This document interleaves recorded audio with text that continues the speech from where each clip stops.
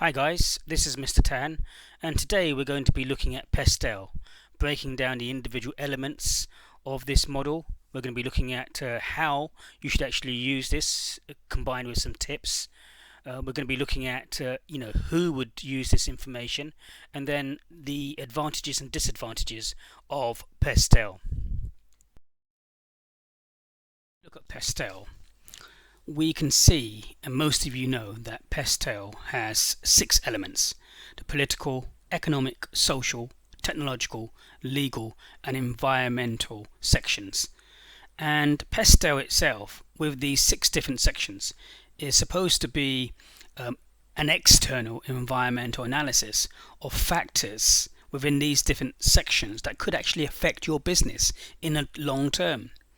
And the first of these are the political factors, which includes elements such as the tax policy of a country. If we take the UK for example, what is the corporation tax of the UK? Currently it is at 19%, but now there are talks about the corporation tax going back up to 22%, and then the possibility of going 25%, and some MPs have been discussing even 28%. Well, that matters because of investment coming into the UK and how much corporation tax a company would pay. If we look in comparison to Ireland, the corporation tax in Ireland is only 12.5%. But, does the corporation tax matter that much? I'm not too sure. With the accounting procedures and their subsidiary companies and parent companies in tax haven countries, means that big organizations and multinationals pay very little tax because they manage to get round the laws from a legal perspective in terms of paying the minimum that they need to pay. But tax policy obviously is going to be a factor that may influence medium to small companies investing in your country as opposed to another country. Other elements include political stability. How stable is your country? Because if you've invested in Ukraine or in Russia, then it could be disastrous for you, not thinking that how political stable these countries were and what would actually happen. If we look at some of the businesses that have rented out and leased their airplanes to Russia, Russia have said that they're not going to pay into the Russian government. So that's potentially disastrous for those companies.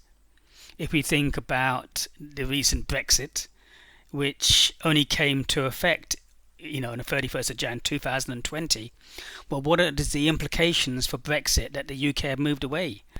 Well, even if you're a business in the UK selling into Europe, that's going to affect you. It's going to affect you in terms of if you're exporting, in terms of your packaging. The packaging will no longer be the same. Your rules and regulations for your packaging, as outside the EU, going into the EU, would mean that you would need to change your packaging and put on more red tape and more changes to meet their standards. If we think about workers in the UK,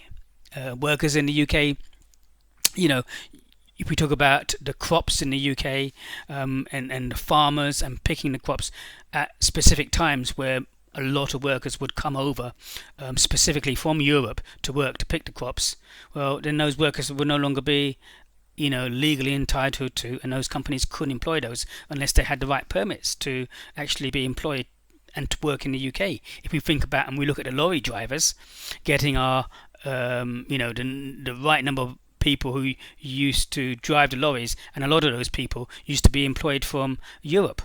Now the UK needs to train and pay higher wages for UK citizens to actually drive their trucks, to make sure we can get the full logistics of all the goods and services that we want. That's going to have an impact on inflation, because the higher costs that these companies have to pay their staff is the less profits they need to make, so they need to then charge higher prices onto those other companies, which will then pass it on to their customers. Then they will pass it and increase their food costs or service costs, which will then come back down to us in terms of the end consumer. So again, you have to look in that country that you're actually looking at reviewing in relation to your business or service. And the typical example is in the UK. And again, if you go back to Brexit, what does it mean for competition? What does it mean for competition that you know the UK government wanted to have more trade with food being imported from the US? Well, there were huge concerns because you've got cheaper food coming in from huge manufacturers from the US, and the standards and the quality of their food is not to the same quality as UK foods. Before, within the EU, in terms of EU trade and regulations, food had to be of a certain standard. So you couldn't have chicken which had been washed by chlorine, and you couldn't have beef that was treated with hormones, which the EU disallow, but is standard practice in the US. So now the UK is not part of the EU, and it was suggested that MPs wanted to allow more freer trade of food from the US, therefore potentially lowering the standards.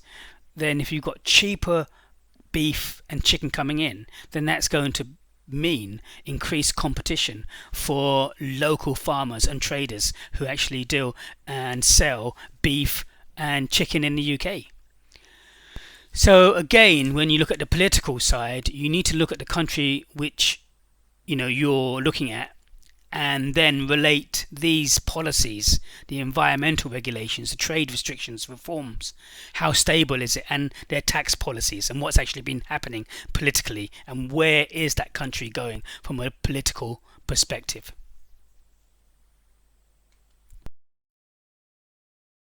We look at the economic side in terms of exchange rates, inflation, wage rates, minimum wage, working hours, unemployment, and all these things can actually affect the value of a country's currency. So if you wanted to, go international and you wanted to actually trade in another country from the UK or the United States, then you have to look at the currencies of different countries to see if there's huge fluctuations. And at times when that currency is actually low, it could actually net you lower net profits from that country. So again, this is something that needs to take into consideration.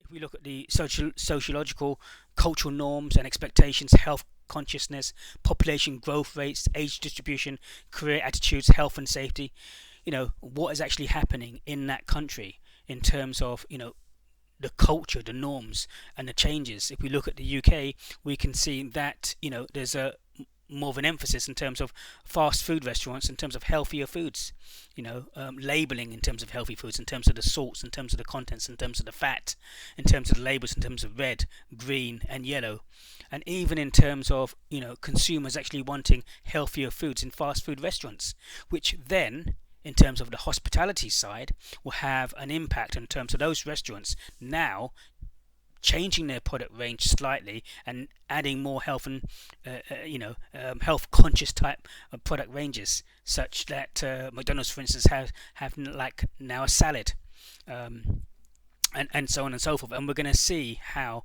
cultural norms within different countries can actually affect and direct a company's or firm's strategy in terms of what they do.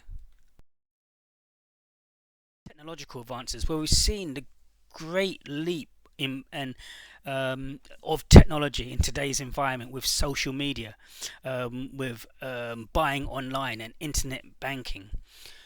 Even if we take Tesco's, for instance, we've seen Tesco's first introduce the scanning your food inside. They were the first retailers to do that. We've seen Tesco's introduce things like their online stores. We've seen Ocado. Now you can actually buy and food is actually delivered to your homes. We've seen things like cross-stocking inside Tesco's, so they're not holding merchandise, so they're actually selling goods, high item ticket items on their website, and then emailing these orders out to the prospective companies that they deal with, and then those companies hold the stock, and Tesco's don't hold the stock, therefore lowering the overall costs.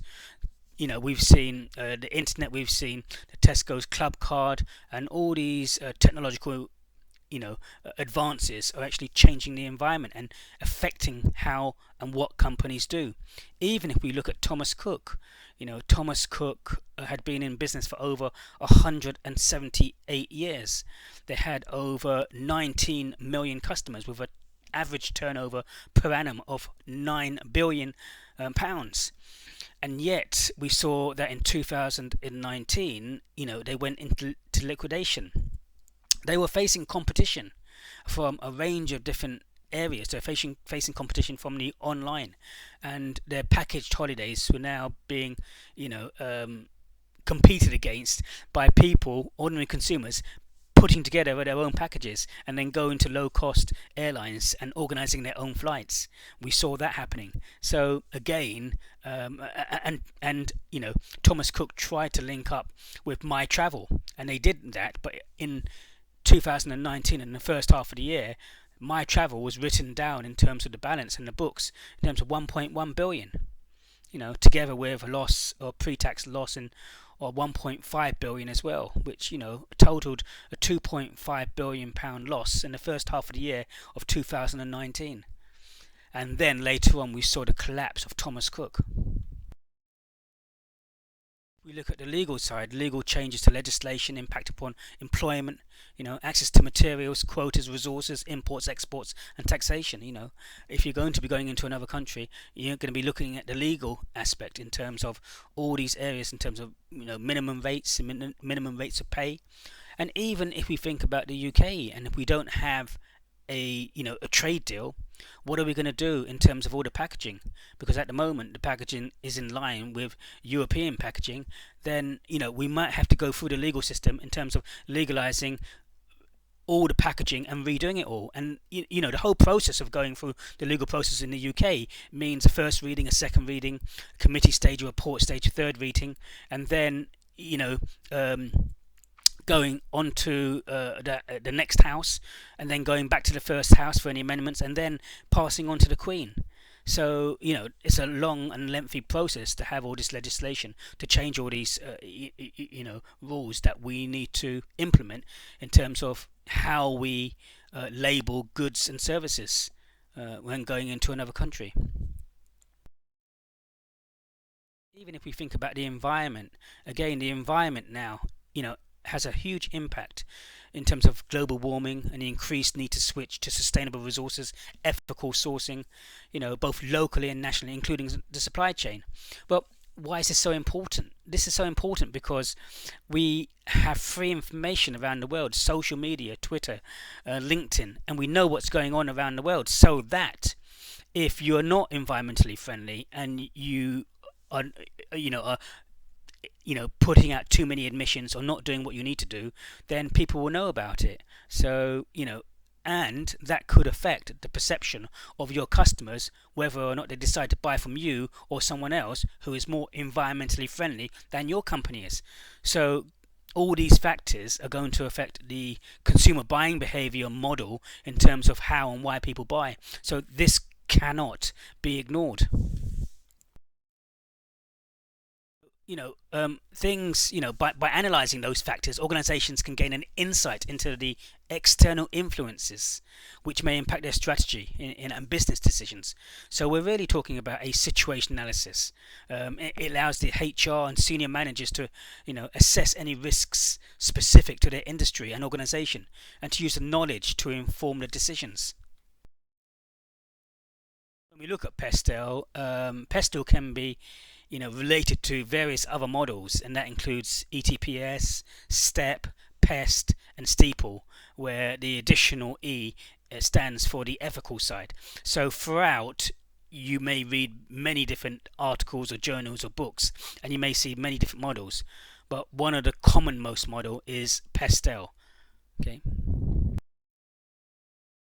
Again, Pestle stands for political, economic, social, technological, environmental, and the legal aspects from the external side that can have an impact on your business or market sector.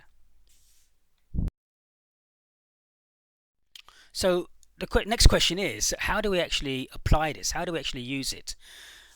Well, there are various steps and tips, and one is to identify the scope of the research. It should cover the present and possible future scenarios and apply to all areas of the world in which your business operates or is looking to operate in. So it's important to identify the scope of the research. You need to decide how the information will be collected and by whom. How is it going to be collected, by whom, what information do you want? Data gathered is often more rich in content where more than one person contributes to collecting it. You need to identify appropriate sources of information. These could be stakeholders looking for professionals to address specific issues on current policies that require updating. You might need to get professional, specialized people in to analyze specific types of information.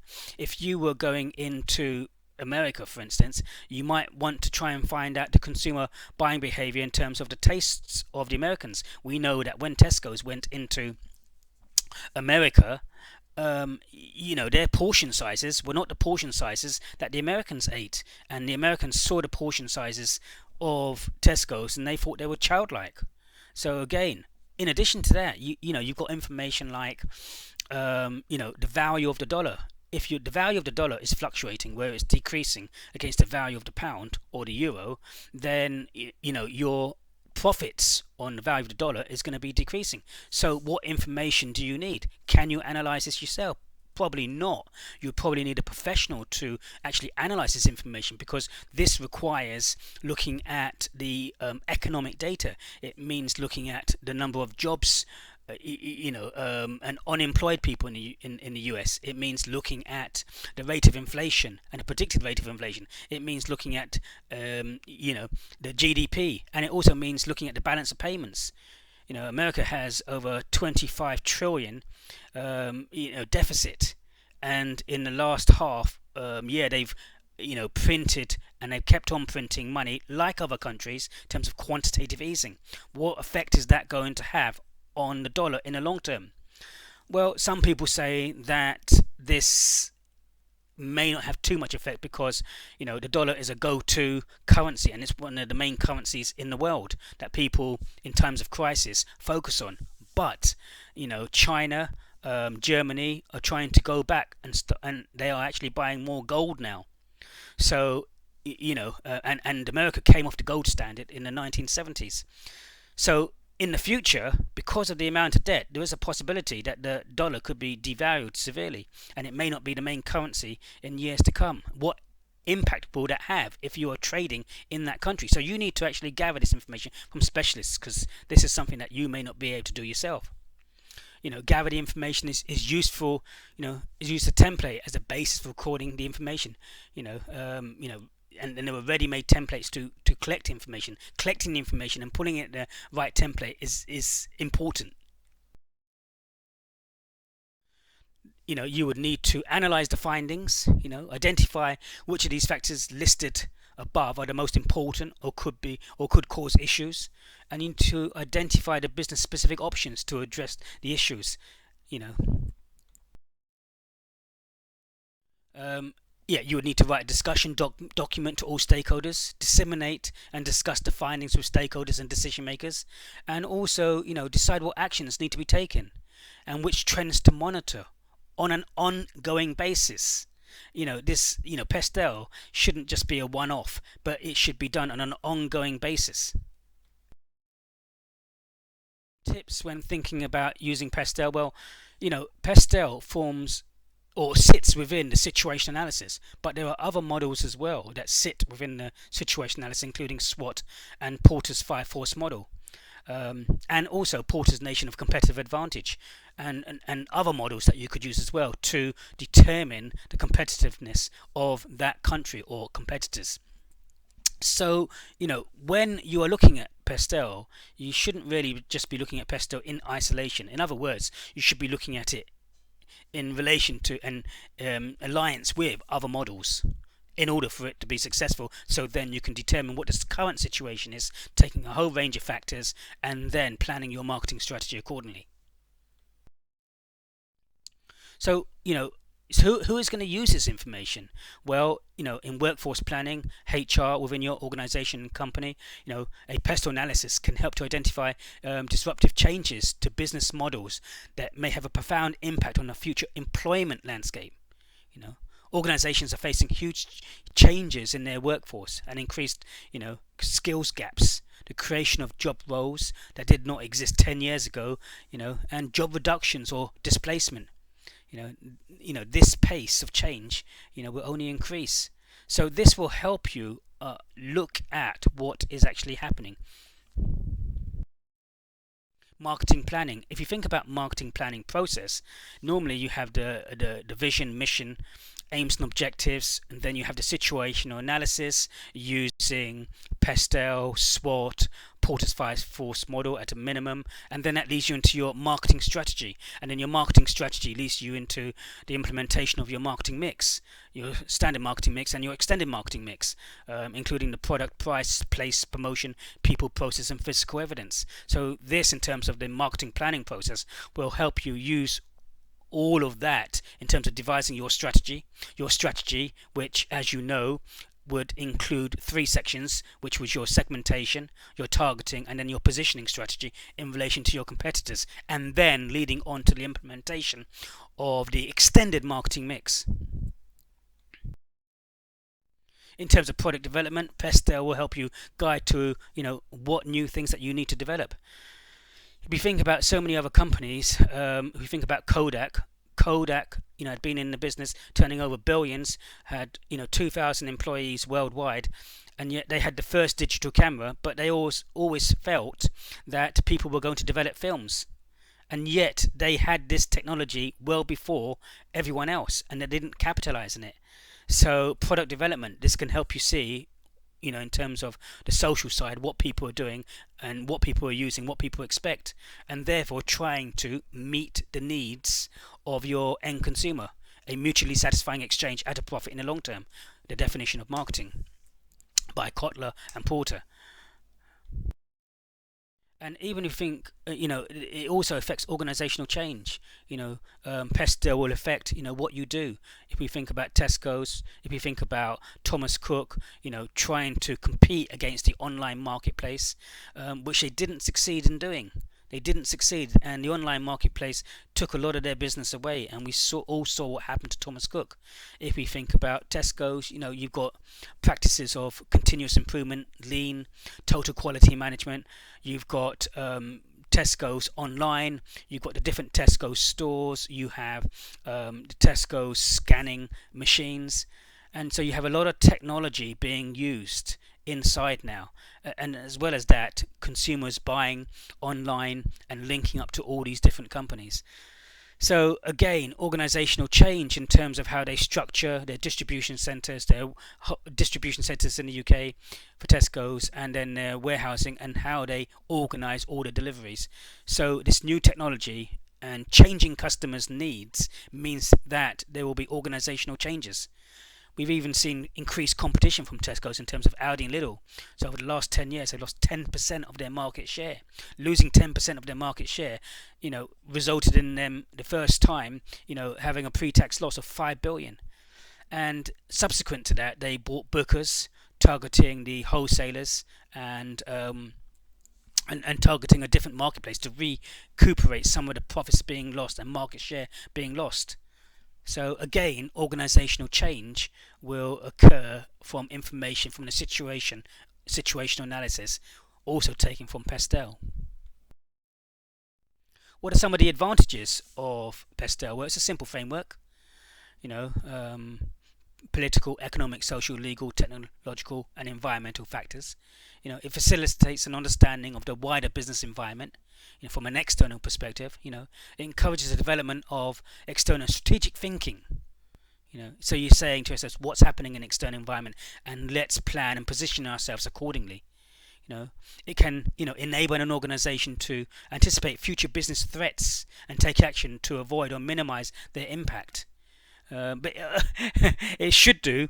I mean, we've had Brexit for so long, and you ask yourself the question is that in terms of education, did colleges really, take into consideration, anticipate, and then you know have a good clear plan in terms of knowing, for instance, what was going to happen with the decrease of students in the UK?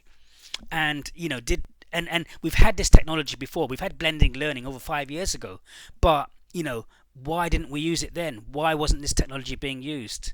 So who is leading all this forward? It's all good and well having this and to see where the opportunities are, but from a strategic management perspective, are they actually being capitalized? Are they actually being used?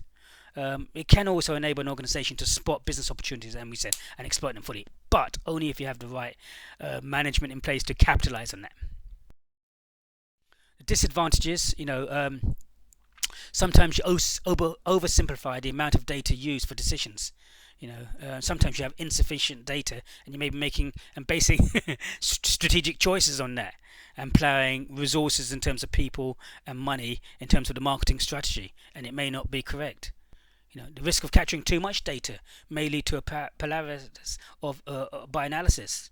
The data used may be based on assumptions that later prove to be unfounded.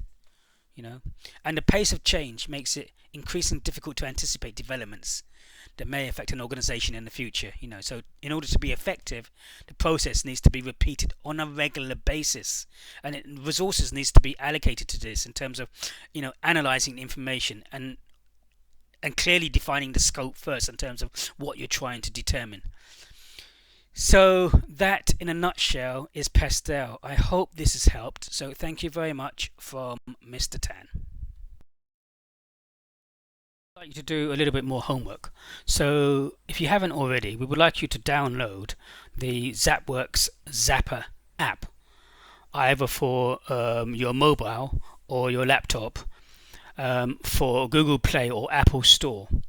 And once you've downloaded it and you've got the Zapper scanner on your mobile, you just need to open it up and then put your phone in front of this barcode, and then this will lead you to another page which will tell you to go to other videos to watch as regards to this topic area.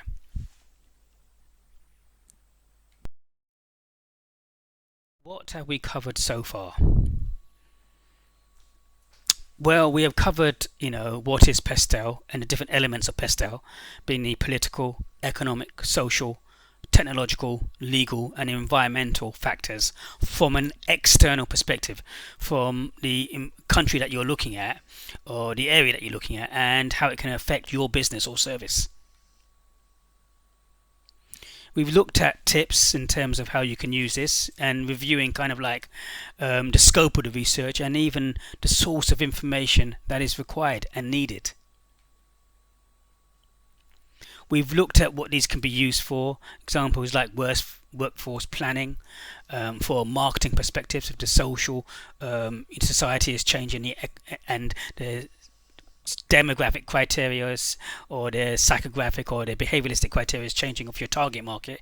So this could actually affect your marketing of who you're targeting and your marketing strategy. We've looked at the benefits of the model. It's a simplistic model, and also it could allow you as a company to spot opportunities. And finally, we've looked at homework, again requiring you to look at additional videos that we would like you to see before you actually go ahead and undertake your own Pestle for your project. So thank you today from Mr. Tan.